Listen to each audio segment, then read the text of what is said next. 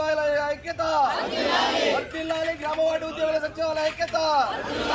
Guntur municipal corporation లో ward welfare and development సెక్రటరీగా పనిచేస్తున్నాము.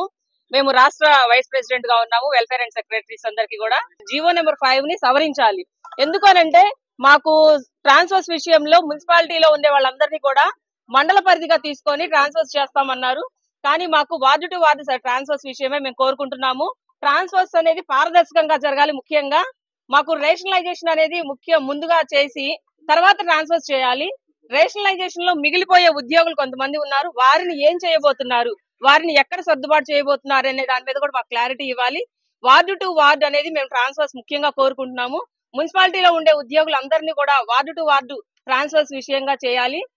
పంచాయతీలో ఉండే వాళ్ళని కూడా వాళ్ళకి ట్రాన్స్ఫర్స్ విషయం కూడా మాకు ముందు క్లారిటీ ఇవ్వాలి. ప్రభుత్వం అనేది ఎటువంటి క్లారిటీ లేకుండా మాకు ట్రాన్స్ఫర్స్ ను ఇష్టానుసారంగా చేయడంలో మాకు చాలా ఇబ్బందికరంగా ఉంటుంది.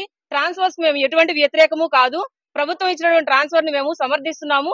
కాకపోతే ఆ ట్రాన్స్ఫర్స్ అనేవి పారదర్శకంగా జరగాలి, వార్డు టు వార్డు జరగాలి, మున్సిపాలిటీ టు మున్సిపాలిటీ జరగాలి అనేది అంటే చాలా కష్టతరమైన విషయం అది.